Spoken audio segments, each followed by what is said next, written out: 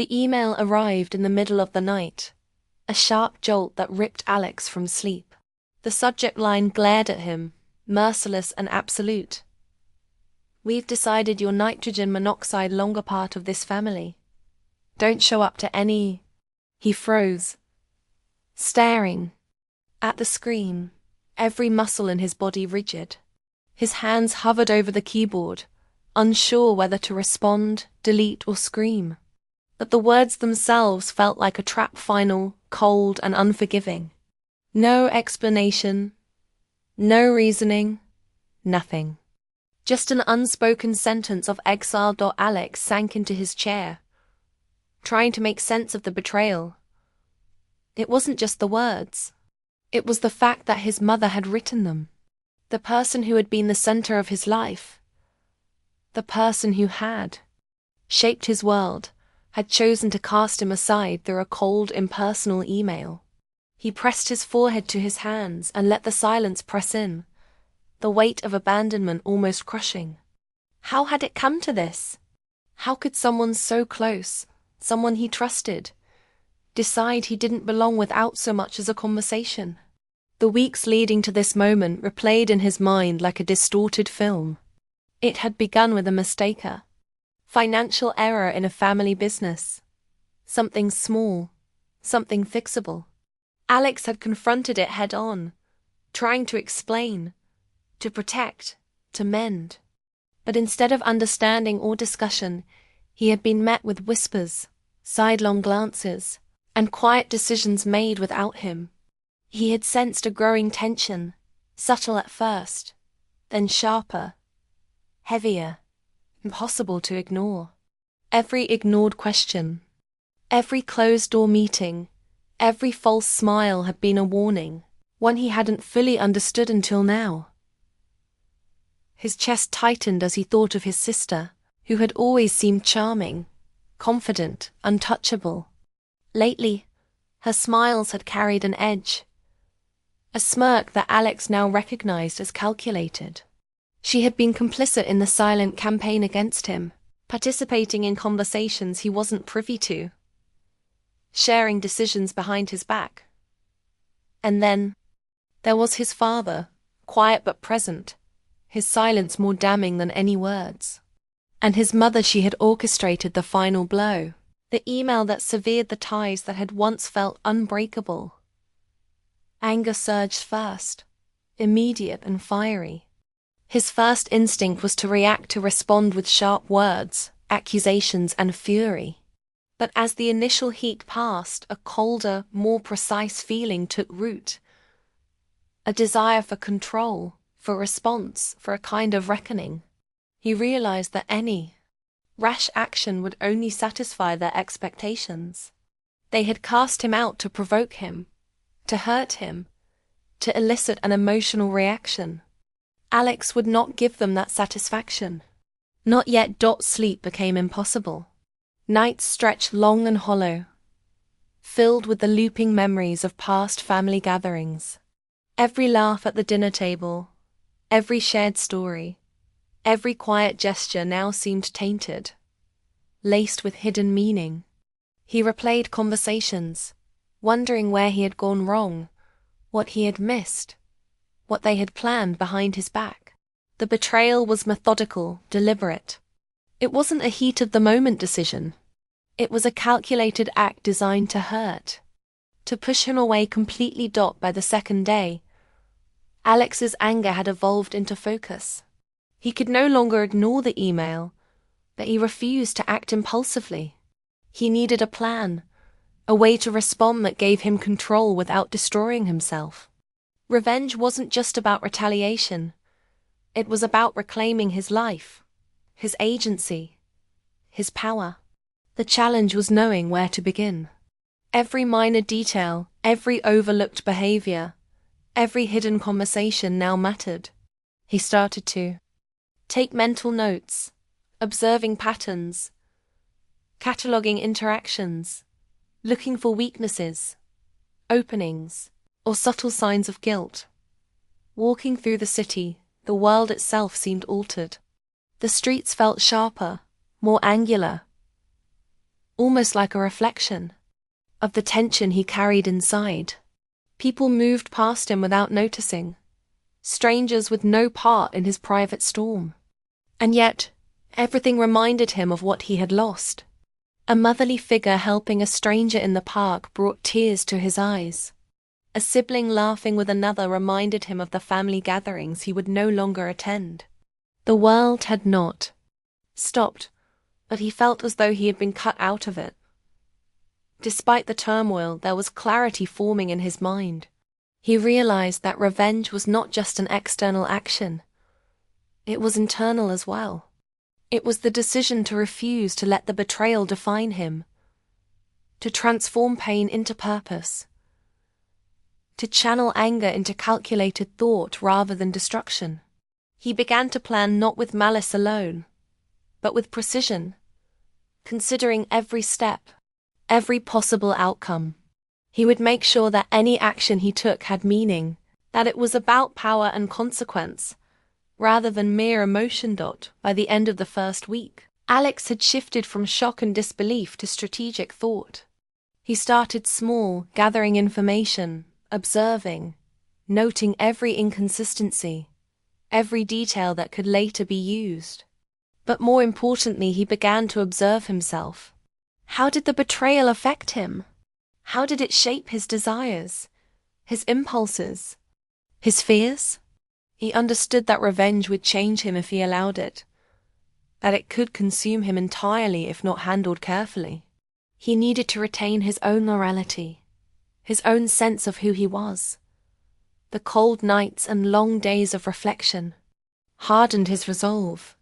He was determined not to be invisible, not to be erased. The email had attempted to remove him, but Alex was still present, still aware, still capable.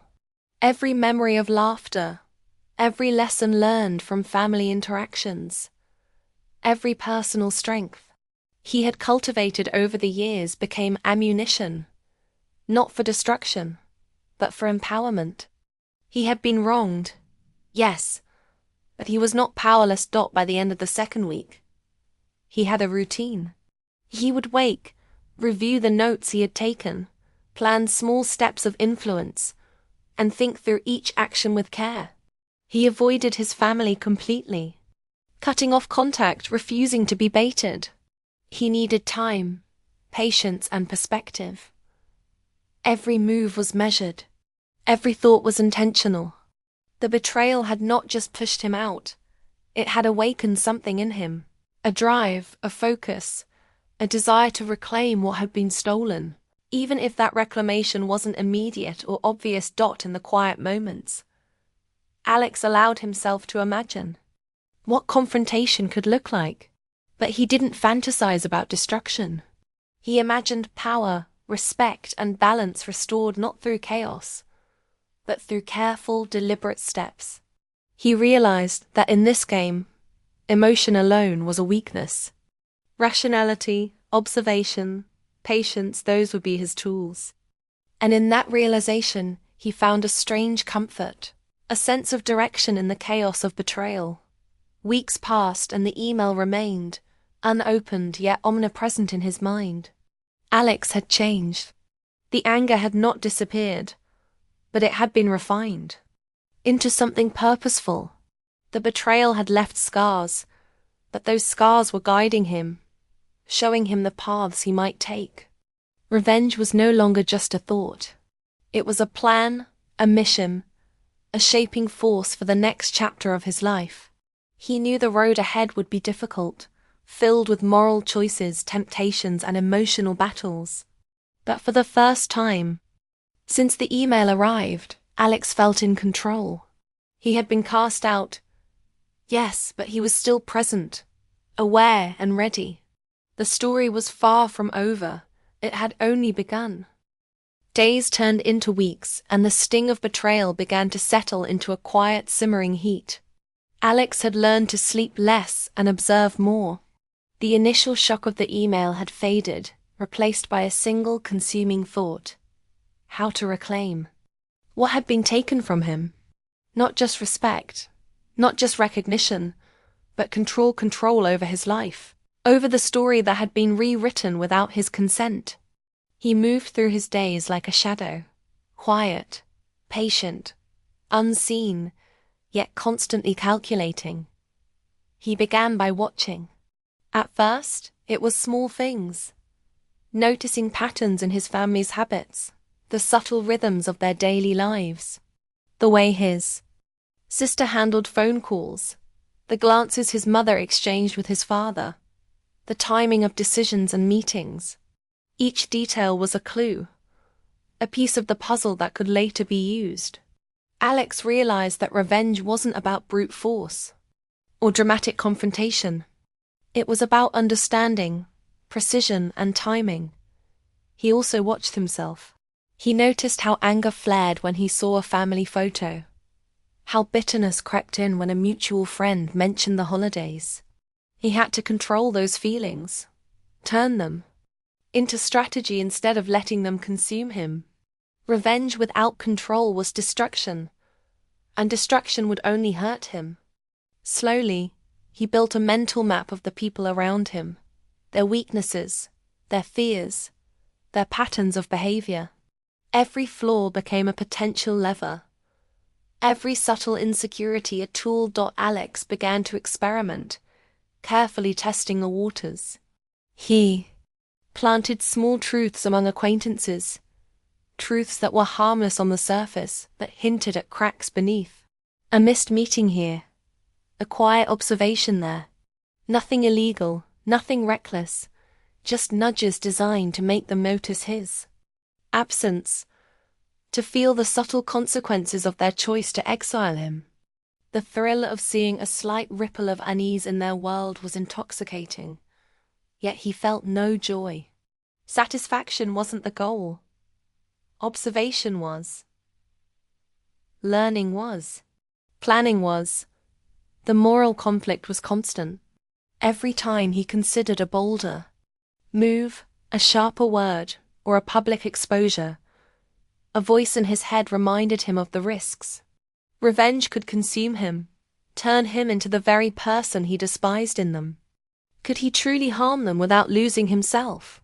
Could he exact justice without becoming cruel? These questions gnawed at him in quiet moments, shaping every decision. He understood that the desire for payback was a double-edged sword. One edge aimed at them, the other at himself. He also imagined confrontation. Alone in his apartment, he pictured sitting across from his mother or sister, laying bare every betrayal, exposing every hidden truth. He imagined the shock, the guilt, the anger in their eyes. But with every imagined scenario, he realized that satisfaction would be fleeting. They might feel the sting of exposure, but he would have to live with the bitterness afterward. The question became clear. Was revenge meant to punish them, or to heal him? And if it was for healing, could it truly work without cost? Alex's observation extended beyond his family. He noticed the world around him, learning from interactions and experiences. Every person he met became a lesson in psychology, strategy, and influence. He realized that power wasn't just about action. It was about perception. If he could subtly alter how people viewed his family, make them question what they thought they knew, he could exact influence without direct confrontation. That realization became the foundation of his plan. He began compiling information, small pieces of knowledge that could be used later. Not secrets in the illegal sense, but insights into behavior, choices, and decisions. Each piece was a potential lever, and the goal was not chaos, it was awareness. His family had assumed that casting him out would erase him, but Alex was constructing a presence they couldn't ignore. He wasn't planning destruction. He was planning influence.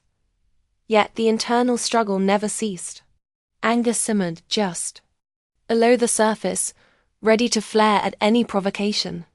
Moments of doubt, sadness, and nostalgia hit unexpectedly.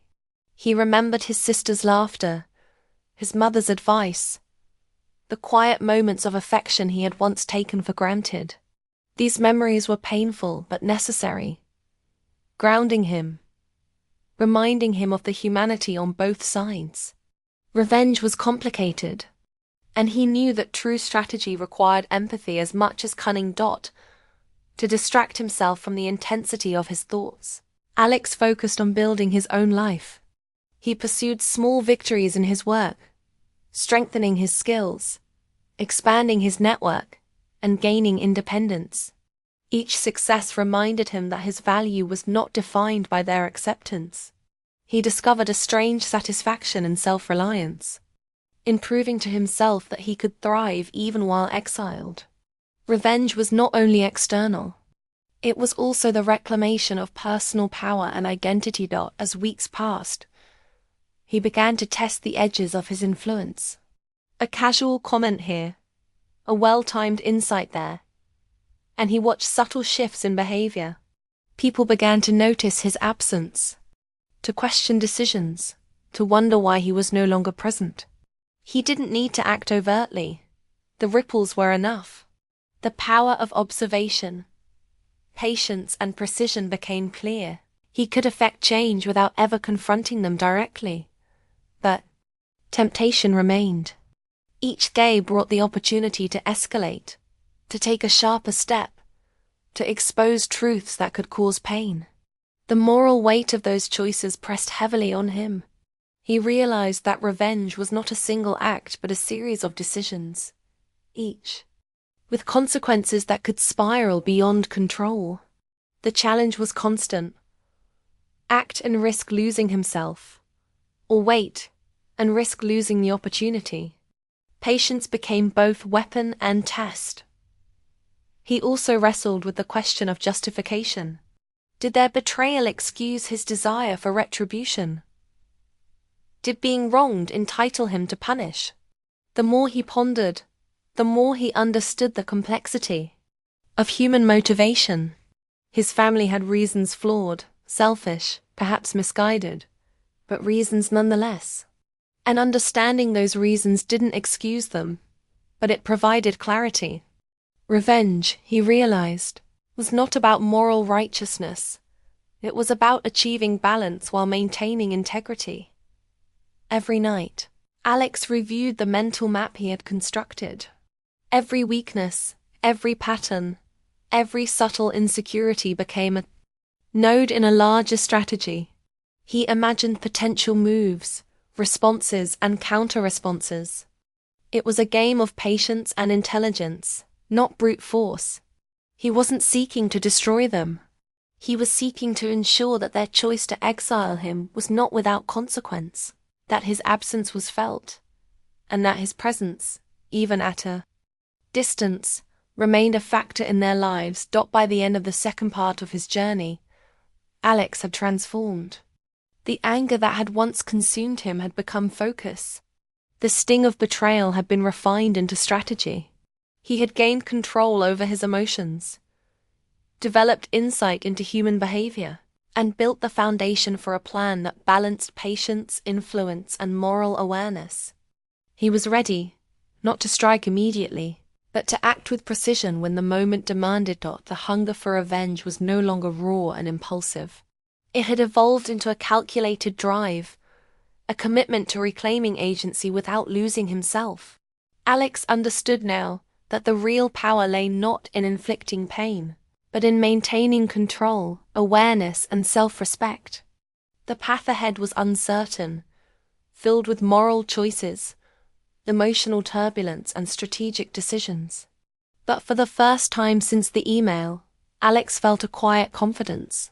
He had been cast out, yet he remained present, intelligent, and unbroken. The story was far from over. It was moving toward a moment of reckoning, one that would test not only his resolve, but the very principles that guided him. The gala was impossible to ignore. It was the kind of event that made a statement. Wealth, influence, family legacy displayed like a trophy. Alex watched from a distance, blending into the shadows outside the grand hall. Lights glimmered off, the polished marble, laughter spilled into the night, and the scent of expensive perfume and fine cuisine drifted out into the crisp air. He felt a strange mix of anticipation and tension. This was the moment he had been preparing for, the culmination of weeks of observation, planning, and restraint. He had discovered a secret that could shake the family's foundation.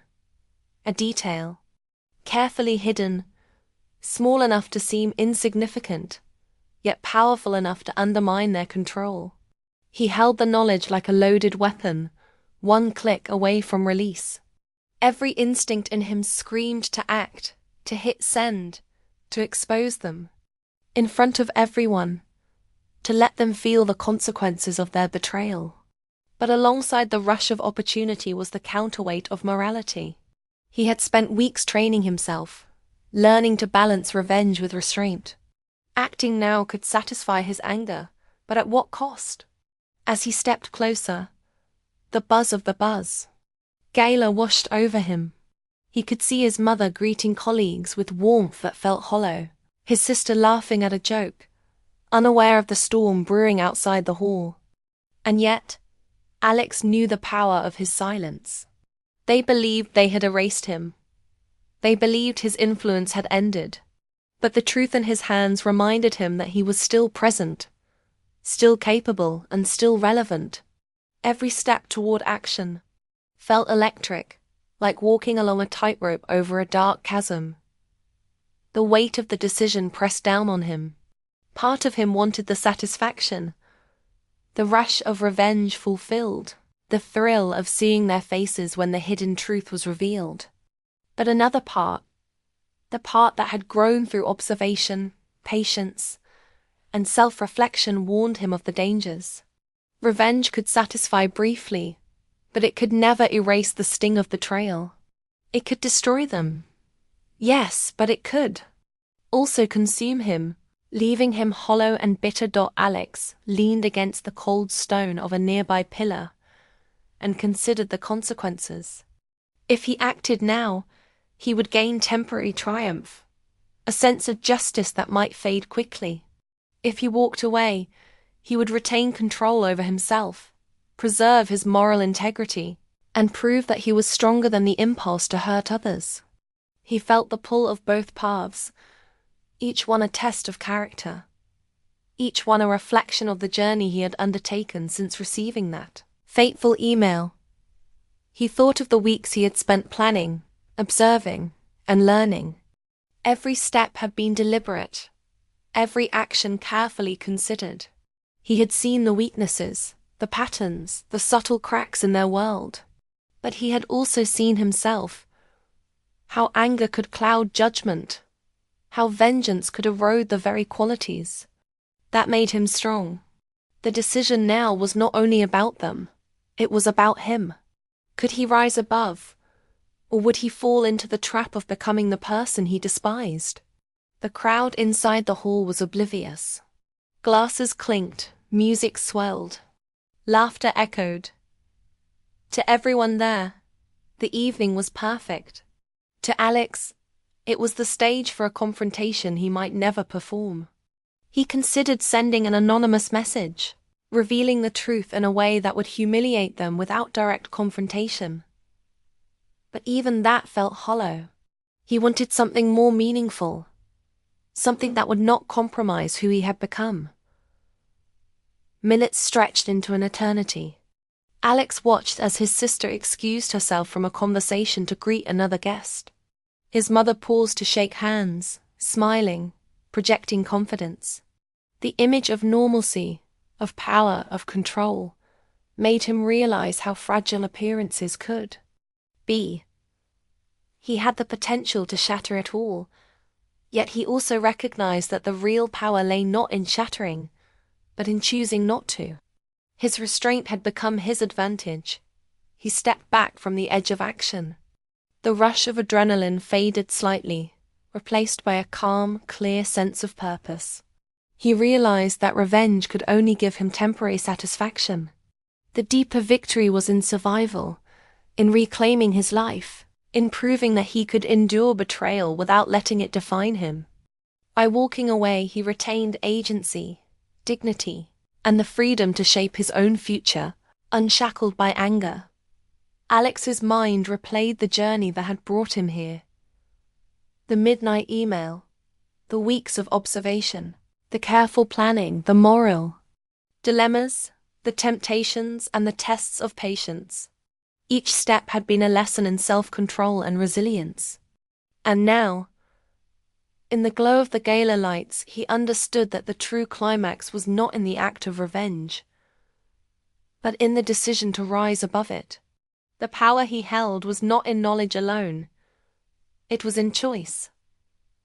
Turning away from the hall, Alex felt a strange release. The tension in his chest eased, replaced by a quiet strength he had never known. He had been betrayed, cast out, and yet he had endured. He had faced the temptation of revenge, weighed the moral costs, and emerged intact. The real victory was in maintaining integrity, in proving that he was stronger than his anger, and in recognizing that his life could not be dictated by those who had tried to erase him. As he walked down the empty street, the sounds of the gala fading behind him, Alex allowed himself a small, private smile. The opportunity to hurt them had been real, the power palpable, but choosing not to act, choosing restraint, had given him something far greater: freedom, clarity, and a sense of self that betrayal could not touch. He realized that revenge often promises satisfaction but delivers emptiness, while patience and self-mastery offer a deeper, lasting triumph. The night air felt crisp against his skin. The city moved around him, indifferent and alive. Alex knew he would never forget the betrayal, nor would he forgive it easily. But he also knew that he had reclaimed his power, not through destruction, but through control, insight, and the courage to walk away. The lessons of anger, observation, and moral reflection had transformed him, shaping a person capable of facing adversity with intelligence and restraint. By the time he reached his apartment, dawn was breaking, painting the sky in shades of gold and pink. Alex paused, watching the light spread across the rooftops. In that quiet moment, he understood the true meaning of the journey. Revenge had been tempting, but survival, integrity, and wisdom were far more powerful. He had been wronged, yes, but he had not been broken. And in that realization, he found a sense of peace, a victory that no act of retaliation could ever provide. Alex knew the road ahead would still hold challenges, temptations, and emotional tests. The family might try to assert control, to provoke him, to test his resolve again. But he had discovered something invaluable: the strength to choose, the power to control his reactions, and the clarity to see beyond the immediate rush of emotion. The story that had begun with betrayal and anger had reached a turning point, and Alex had emerged not as a victim, but as a survivor, intelligent, patient, and aware of the true nature of power. For the first time in weeks, he allowed himself to breathe fully. The weight of anger, the pull of revenge, and the sting of rejection no longer controlled him. They had tried to erase him, but he remained, present in the world, capable of shaping his destiny. The true climax had not been a confrontation, a revelation, or a strike. It had been the choice itself: to rise above, to maintain integrity, and to reclaim his life on his own terms. And as Alex finally entered his apartment, the glow of the city behind him, he understood that this was not the end. It was a beginning. A life defined not by betrayal, but by resilience, patience, and the quiet triumph of choosing himself over vengeance. The gala would end, the guests would leave, and the family would carry on, oblivious to the storm they had provoked. But Alex had learned the most important lesson. Real power is not in hurting others, but in mastering oneself, and real victory is the freedom to live unchained by anger.